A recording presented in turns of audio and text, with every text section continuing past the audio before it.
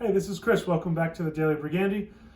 This is the first card of the week for the new year, 2020. So we figured we would start with a big card, and that's the famous 1941 Joe DiMaggio play ball. One of the most iconic cards of the era, and definitely of the set. So take a closer look here. You might recognize this card, even if you're not a card collector, because it's kind of iconic imagery.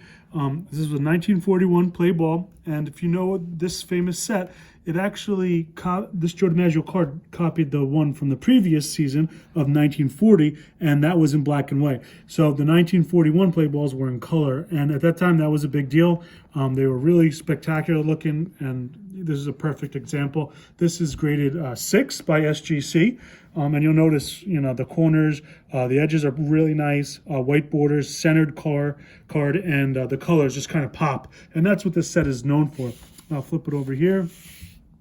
Number 71 of a 72 card set, so it's a pretty small set to put together. And what's also important about this time with card collecting is that World War II was just months away, basically. December 7th, 1941 was Pearl Harbor, and then from that moment on, the U.S. really didn't manufacture any card sets after that. So this is one of the last sets, and it was a beauty. And it was a beautiful set.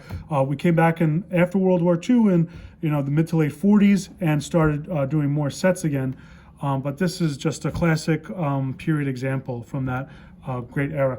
Also, it's really important, and another reason why this card is loved is because 1941 was a famous season in baseball. Most notably, Joe DiMaggio, 56-game hit streak record, and he would end up winning the MVP that year. Also, 1941, Ted Williams hit 406, and he's the last player to hit 406. Now, who won the MVP that year? It was Joe DiMaggio. Kind of controversial. Who should win the MVP? The guy who gets a 56-game hit streak or the guy who bats 406? Ted Williams was known not to be well liked by the baseball writers. The following year, he would get the Triple Crown. He did that again in 1947 or so, and he still didn't win the MVP. So maybe there was a little bias with the writers, but we want to put the question to you. Who should have won the 1941 MVP? Was it Joe DiMaggio with the 56-game hit streak, or should have been Ted Williams, the last player to hit over 400? So thanks for watching the Daily Brigandi. A great card from a great set, Joe DiMaggio. One other thing I wanted to mention real quick, also Vince DiMaggio and Dom DiMaggio, his two brothers who played, are also featured in the set. So kind of cool that you have three brothers in a set. I'm not sure that's happened since.